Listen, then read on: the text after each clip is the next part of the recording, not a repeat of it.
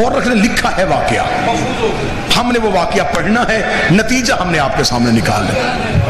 تاریخ نے کہا کہ 3 طرح کے طبقوں نے تیسری خلافت کو قبول نہیں کیا۔ پہلا کس نے قبول نہیں کیا؟ پہلا ایک گروہ تھا نبی کی بیویوں کا، انہوں نے تیسری خلافت کو قبول نہیں کیا۔ وجہ کیا تھی؟ وجہ یہ تھی کہ تیسرے خلیفہ نے آتے ہی نبی کی بیویوں کے وظیفوں میں کمی کر دی تھی۔ بچے ساتھ ساتھ سنتے آنا، ساتھ ساتھ نوٹ کرتے آنا۔ تیسری خلافت کے دور میں نبی کی ازواج جو تھیں، انہوں نے تیسری خلافت کے ساتھ، حکومت کے ساتھ باقاعدہ معاہدہ اس لیے طے نہ کیا کہ انہوں نے وظائف میں کمی کر دی تھی، کیونکہ نبی کی ہر بیوی کو نبی کے بعد بیت المال سے وظیفہ ملتا تھا۔ ایک ہی نبی کی بیوی ہے جس نے وظیفہ نہیں لیا،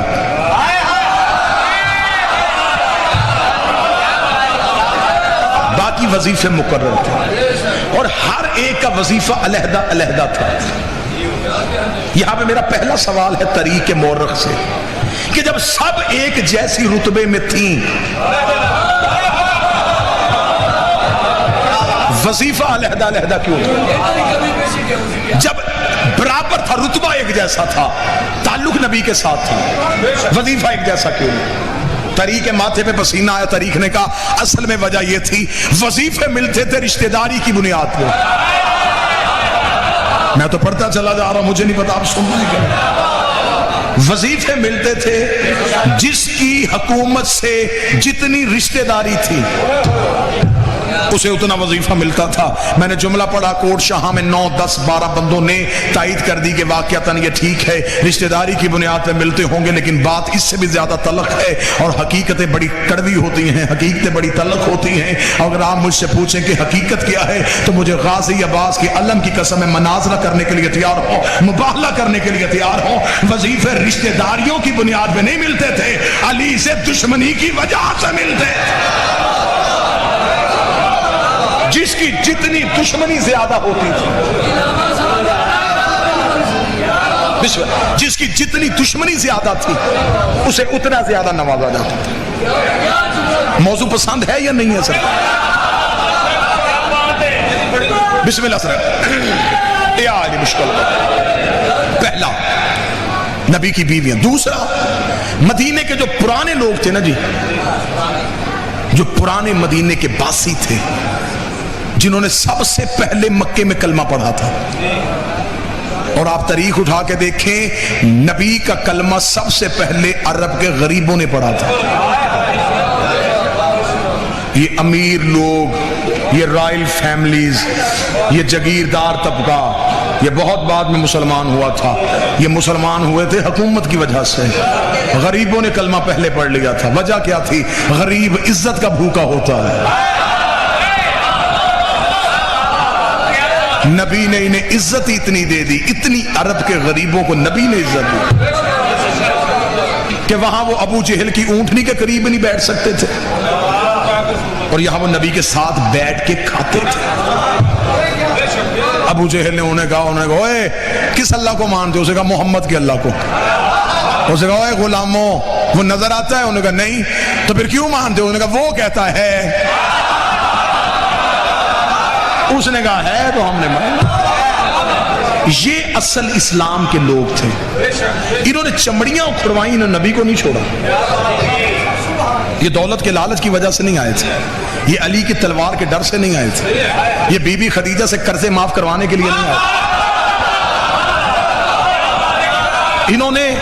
انہوں نے اسٹیٹ نہیں دیکھی، انہوں نے یہ دیکھا کہ اسلامی سلطنت بن جائے گی، اسلامی حکومت بن جائے گی، ہم میں سے کوئی گورنر ہو جائے گا، کوئی وزیر خزانہ ہو جائے گا۔ انہوں نے یہ نہیں دیکھا، انہوں نے صرف کردار مصطفیٰ دیکھا۔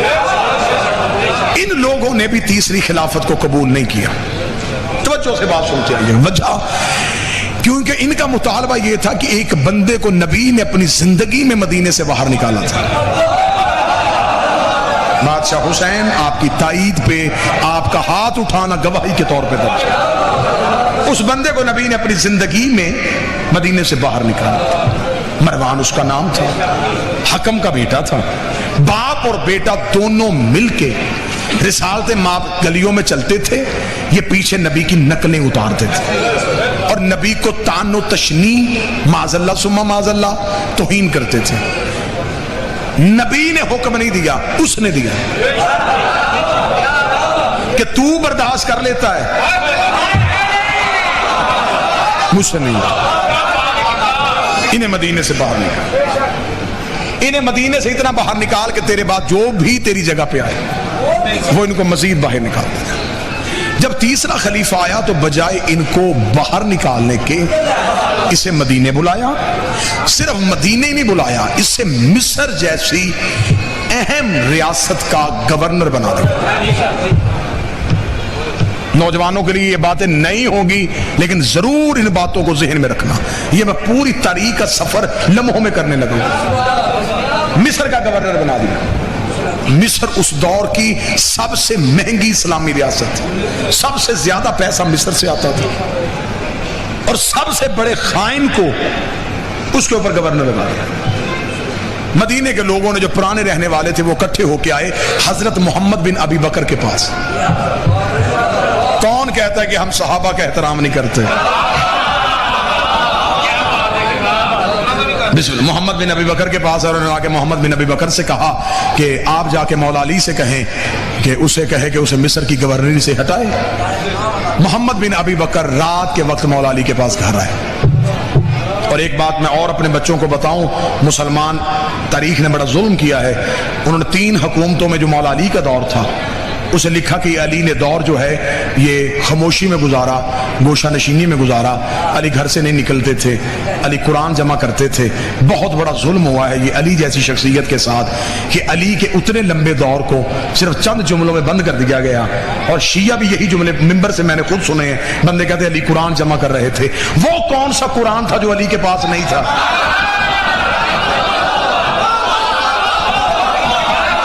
میری سمجھ میں آج تک یہ فلسفہ نہیں آیا کہ وہ کون سا قرآن تھا جو علی جمع کر رہے تھے۔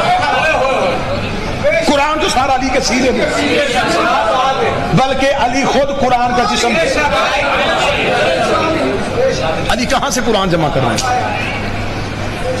اگر میں اس میں پوری 45-50 منٹ گفتگو کی جا سکتی ہے۔ مولا علی کا وہ جو دور تھا وہ بڑا انقلابی دور تھا۔ مولا اس دور میں مدینے میں نہیں رہتے تھے، مولا مدینے سے چلے گئے تھے۔ مدینے کے تھوڑا باہر جا کے مولا نے ایک اپنا فارم ہاؤس بنایا تھا جس کا نام یمبو تھا، جسے آج مدینے میں بیر علی کے نام سے یاد کیا جاتا ہے۔ یہ مولا نے مدینے کے باہر جا کے بنا دیا تھا۔ اس پورے دور میں مولا نے پہلی بار جو کنویں کھودے تھے، یہ مولا نے 24 کنویں اس دور میں اپنے ہاتھوں سے کھودے تھے۔ کنویں سے پانی لے کے زمینوں تک پہنچانا مولا علی نے اپنے دور میں شروع کیا تھا۔ سب سے پہلے کپاس مدینے میں مولا علی نے کاشت کی تھی۔ یہی کپاس جس کی روئی گھر آتی تھی، بی بی کاٹتی تھی، چادریں بناتی تھی، اور اسی روئی کی ہاتھ کی بنے ہوا رومال آج بھی ہور کے ہاتھ ماتھے پہ۔ یہ پورا ایک دور ہے مولا علی کا جو دور پڑھا جا سکتا ہے، لیکن مجھے پڑھنی ہے قتل علی کی وجہ۔ متلاشی ہے سرکار آپ ان حقائق کے۔ اب محمد بن ابی بکر جو ہے وہ مولا علی کے پاس گئے۔ مولا علی سے کہا کہ مولا آپ اس سے جا کے کہیں خلیفہ سے کہ یہ اس کو معزول کرے۔ مولا محمد ابی بکر کو ساتھ لے کے دربار میں گئے۔ جب دربار میں پہنچے تو نوکر نے جا کے انہیں بتایا کہ اصل حاکم آیا ہے۔ جو بندے سر ہلا رہے ہیں وہ تھوڑی دیر کے لیے اگر جاگ جائیں تو ان کے لیے بہتر ہے۔ اسے جا کے خبر دی کہ اصل حاکم ہے، حقیقی وارث آیا۔ وہ اٹھ کے اور کیا کہ انہوں نے مولا علی سے پوچھا، جی ہاں جی اے وصی رسول، اے جانشین پیغمبر، اے دماد رسول، آپ کیوں آئے؟ مولا فرمایا میں تجھ سے پوچھنے آیا ہوں کہ تو نے اسے مصر کا گورنر کیوں لگایا؟ اس کا آپ نے حکم کرتے ہیں تو ہم اسے ابھی عہدے سے ہٹا دیتے ہیں، تو آپ کو موضوع بندہ آپ دے دیں جسے ہم مصر کا گورنر لگائیں۔ محمد بن ابی بکر مولا علی کے ساتھ کھڑے تھے۔ اسے محمد بن ابی بکر طرف دے کے کہا میرے خیال میں محمد سے زیادہ موضوع کوئی نہیں ہے،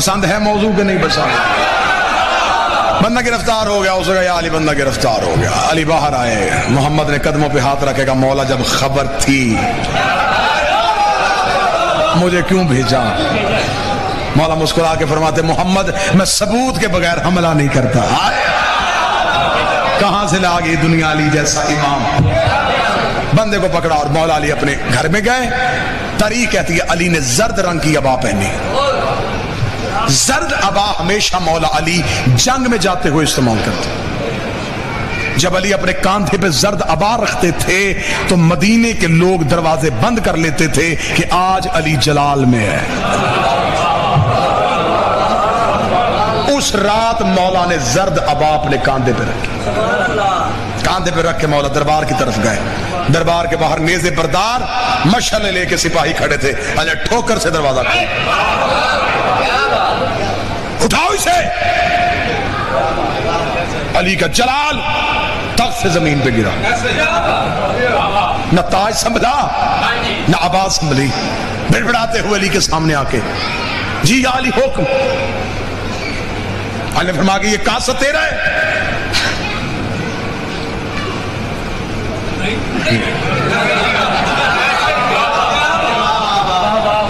محمد خط دے. خط تیرا ہے.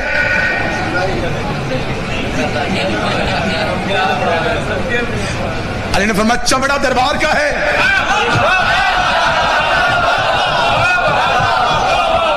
کیونکہ اس دور میں سرکاری خطوط لکھنے کے لیے مخصوص چمڑا استعمال ہوتا تھا جو بازار میں بیچنا خریدنا جرم تھا. مولا فرمایا یہ چمڑا دربار کا ہے. اب اسے انکار نہیں ہو سکتا. دستخط تیرے ہیں جی میرے. مہر تیری ہے جی میری. کاسہ تیرا ہے جی میرا. گھوڑا دربار کا ہے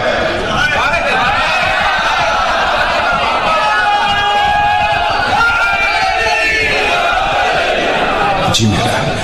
اتنا کہنا تھا یا علی مڑے بلا تشبیہ. علی چلنے لگے پیچھے. یا علی بات تو سنیں گے. فرمایا بس اب علی کی کوئی ذمہ داری نہیں. ہائے ہائے ہائے بس اب علی کی ذمہ داری. مولا بات تو سنیں گے. مولا میری علی دربار سے باہر چلے. دربار سے باہر گئے. خبر مدینے میں آگ کی طرف پھیل گئی. جو ایک گروہ پہلے ہی دشمنی میں آمادہ تھا ان کے ہاتھ یہ جواز آ گیا. انہوں نے خلیفہ کے گھر کا گھراؤ کر لیا. پوری رات بندوں نے گھر کا گھراؤ کیے رکھا. تاریخ میں جملے نہ ہو میں اس شوق میں گردن کا لہو دوں. اس نے دیوار کے پیچھے ایک چیز رکھ کے اس پہ کھڑے ہو کے اونچی آواز میں کہا کوئی علی کو بتائے کہ میں پیاسا ہوں. کوئی علی کو جا کے خبر دے کہ میں بھوکا ہوں. اتنا سخت پہرا تھا کہ پرندہ پر نہیں مار سکتا تھا. یا یکدم گلی میں دو سائے داخل ہو گئے. سپاہیوں نے کہا روکو روکو روکو اسے کون ہے. پیچھے سے آواز آئی رستہ دو حسن اور حسین آ رہے ہیں. نیزے ہٹے. جب روشنی میں شہزادے آئے حسن کے ہاتھ میں کھانا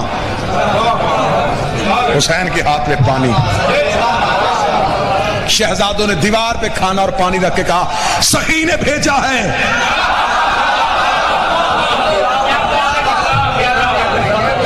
اس نے دیوار کے پیچھے سے کھڑے ہو کے آواز دے کے کہا شہزادو بابے کو بتاؤ میری جان خطرے میں ہے. حسن حسین نے کہا تو نے صرف کھانا اور پانی مانگا تھا. حکومت کے معاملات میں علی نہیں بولیں گے. مدینے کے مقامی اختلافات میں علی نہیں بولیں گے. یہ کہہ کہ حسن و حسین گئے. رات کے وقت کسی نے دیوار پھلانگی. پتہ انہیں چل گیا تھا کہ اب یہ علی کو پکارنا شروع ہو گئے ہیں. لہذا انہوں نے کہا یہ رات بڑی اہم ہے. اسی رات میں خلیفہ کا قتل ہو گیا. قتل جب ہوا خلیفہ کا خبر پہنچ گئی پورے دنیا میں عرب دنیا میں. ایک نبی کی بیوی جو ہے وہ مدینہ سے اسی خلیفہ سے ناراض ہو کے بصرہ چلی گئی تھی. تو جو ہے پوری زبان کے نہیں ایسے نہ ہو کہ میں کہوں کہ آپ محظوظ ہو کے سن رہے ہیں اور آپ بالکل سو رہے ہوں. ہاں تھوڑی تھوڑی کرتے رہیے گا. 1.5-2 منٹ انہیں بصرے خبر ملی کہ آئیے کام بڑا آسان ہو گیا ہے، خلیفہ قتل ہو گیا ہے، قتل ڈالتے ہیں علی کے سر، علی کی دشمنی بھی پوری ہو جائے گی، وہ تو ہوئی حکومت پہ قبضہ ہمارا ہو جائے گا۔ یہ ایک پورا گروہ لے کے، ایک لشکر لے کے بصرہ سے روانہ ہو گئے، خبر مدینے پہنچ گئی۔ مولا نے ایک مخصوص صحابہ کا لشکر ساتھ لیا، علی نے رستے میں جا کے کہا انہیں مدینے داخل ہونے سے پہلے روکے۔ رستے میں ایک میدان میں جا کے دونوں فوجوں کا آمنا سامنا ہو گیا، کیونکہ وہ جو آئی تھی وہ اونٹ پہ بیٹھی ہوئی تھی، اونٹ کو عربی میں جمل کہا جاتا ہے، جس میدان میں جا کے وہ اونٹ رکا اسے کہتے ہیں میدان جمل، جس کی وجہ سے یہ جنگ مشہور ہے، جنگ جمل۔ اب وہاں پہ آ کے اونٹ کھڑا ہوا، اونٹ جب کھڑا ہوا تو اس سے پہلے رستے میں ایک لائن میں بھول گیا، میں ایک لمحے کے لیے واپس جاتا ہوں، ایک جگہ پہ گزرتے ہوئے اس اونٹ پہ کتے بھونکے تھے۔ اس بی بی نے طلحہ اور زبیر سے پوچھا یہ کون سی جگہ ہے؟ انہوں نے کہا مقام حواب ہے۔ اس نے لرز کے کہا آدھی رات کو مجھے محمد نے جگا کے کہا تھا جسے مقام حواب کے کتے بھونکے وہ حق پہ نہیں۔